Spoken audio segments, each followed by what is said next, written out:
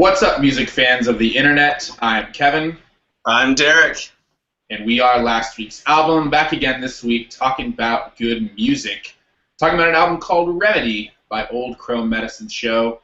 But we'll kick things off first, like we always do. Drinking a beer. Cheers, Derek, and everyone at home. Cheers, Kevin. Cheers, everyone at home. All right, let's get into it. A little background on the band and this album. This is their 9th LP in 15 years. This is their first album since the return of founding member Critter Fuqua. Their first album since the departure of another founding member, Willie Watson. I don't know why I went British there. He actually did a solo LP of covers that came out just a few months ago in May.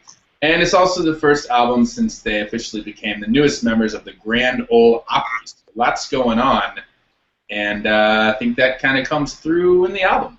Let's get into sounds like. What do you think, Derek? Kevin, I think Remedy sounds like a flock of Woodie Guthries, capturing contemporary stories told through nostalgic Americana sound without the Flock of Seagulls haircuts. Thank goodness they didn't go full throttle with those haircuts. But I agree. I have a similar sounds like.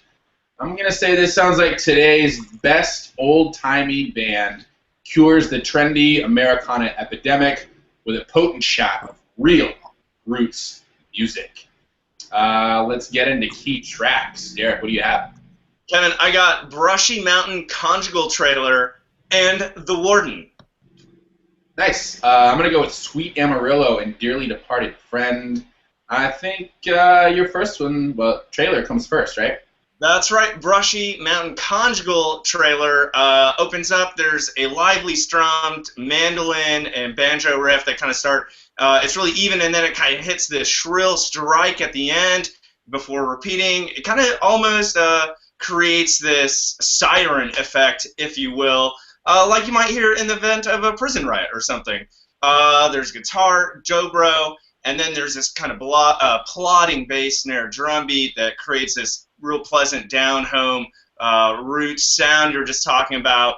All these parts kind of create for a controlled chaos and this anxious intensity. Meanwhile, the lyrics tell the story of a prisoner's conjugal visit the night before his execution.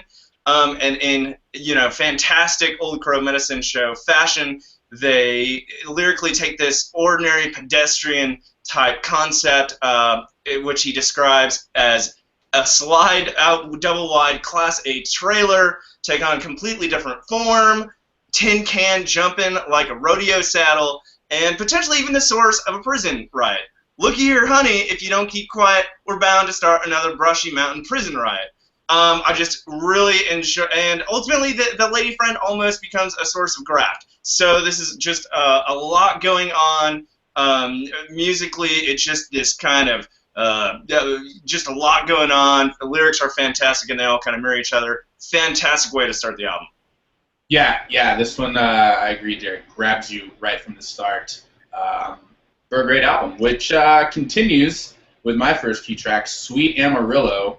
If you're familiar with Old Crow Medicine Show, you may have heard of their biggest song ever. It's called Wagon Wheel. And they took a demo, an old unfinished demo of Bob Dylan's, and wrote a song around it. And they did the same thing here, albeit with a little more direction and working with Bob Dylan this time around. But this might be their second best song ever. I think it's the best track on the album. It's got this bayou fiddle, swaying accordion, whipping drums, warm harmonies. It's a sad waltz about a cowboy who lost his love for the sake of his own glory. There's a good line for the chorus that goes, Sweet Amarillo, tears on my pillow, you never will know how much I cried. Really nice triplet there. And some really soaring melodies, both in the chorus and the bridge, which to me is kind of rare for Old Crow Medicine Show. Normally they just kind of chop off lines, and these they really build really nicely at the ends of those lines and bring the song to life, keep it from being too down and out. Really add some nice warmth and life to it. So that's why I dug Sweet Amarillo. Yeah, Kevin, that was a fantastic song, and and speaking of Bob Dylan, there in an interview with NPR, Ketch said, I learned more from Bob Dylan songs than I did in any class, in any schooling, at any time in my life.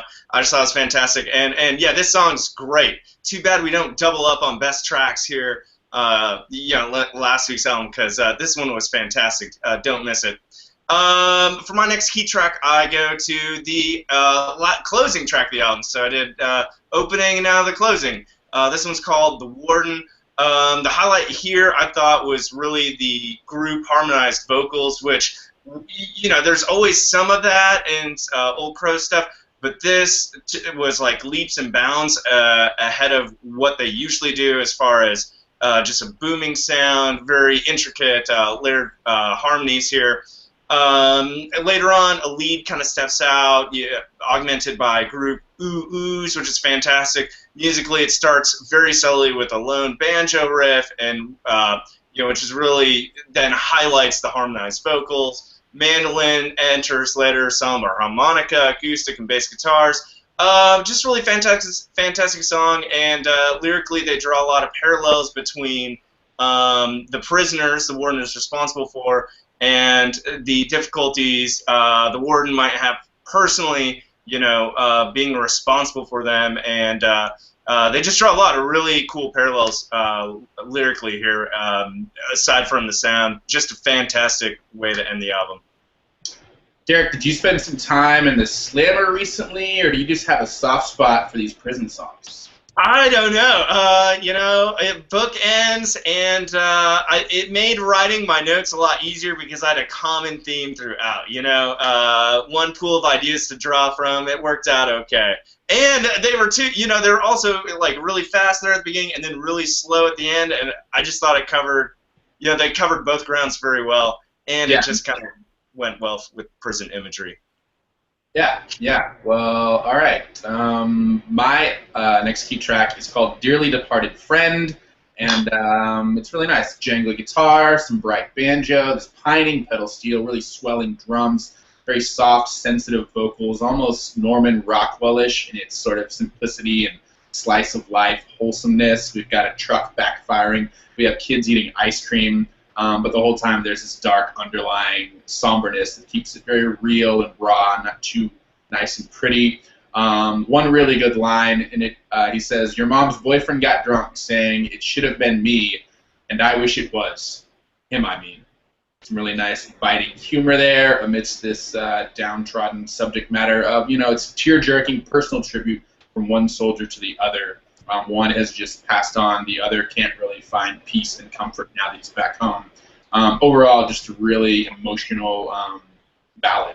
So, great song overall. Which brings us to best lyrics. Derek, what do you have? Kevin, I was kind of referring to it earlier, but my best lyric comes from the Warden. Down in this pen, full of sorrow and sin, do the days weigh on his chest. When the warden goes home to his house, made of stone, is he a prisoner too? Just right there, they really draw a parallel between, the prison by day and then, this house of cold stone that he goes home to, and, which is, is he actually free? Just fantastic lyrically there to match the song earlier. Sure. My best lyric, however, comes from Brave Boys, and it goes... And it's when we die 'neath 6 feet of rubble, you can bury our bones with a pick and a shovel. Tell old King Cole we're a heap worth of trouble, rockin' in the weary land. And it's obviously from a coal mining song. And for me, I really dug it because it's a little bit punny, but also very deep at the same time. And for me, that's one of my favorite parts about country music lyrics. They can be so simple on one hand, but so deep on the other. So no one does it better than Old Crow Medicine Show, as we have there. All right, overall rating, Derek, what are you giving it? Kevin, I'm giving this one, I'm giving Remedy a 5 out of 5. I thought it was great. I really think this one was leaps and bounds, kind of lyrically, and the stories they're telling from some of the earlier stuff. Just case in point, as you're mentioning, Dearly Departed Friend, that had a very contemporary feel to it. Whereas on some of their older albums, it was, maybe referring more to Vietnam, kind of older stuff like that. A lot of just really fantastic songs here. Mean Enough World, which we didn't even talk about, was fantastic. Brave Boys, again. Tennessee Bound was fantastic. I thought top to bottom it was really good. They just continue to refine their sound, and now their storytelling is just really catching up. Fantastic listen. All right, we're going big this week. I'm giving it a 5 as well, Derek. I thought Ketch Shakur's voice sounds better than it ever has. He's a little bit more ambitious, and he changes up his range a lot more here depending on the song. The band itself sounds super tight, very purposeful, and a little bit more thoughtful than maybe in the past. Still very youthful with their sort of trademark high energy. And as you said, Derek, just amazing stories here all the way through. And I thought they show a lot of diversity from these upbeat romps to the more soulful ballads, and they really serve each song to its fullest, whether it's playing with the vocal delivery or the theme or the instrumentation. Every song really serves the song itself. So there you have it, guys. 5 out of 5 from Derek and I. That means this one gets a 10, which means you should definitely check it out. There you have it, guys. Another album review from last week's album. Don't forget to subscribe to us here on YouTube. You can also find us on Facebook and Twitter. And we'll see you next week with another album review where we're talking about good music right here at last week's album. I'm Kevin. I'm Derek. And we'll see you next week, guys. Enjoy some good music.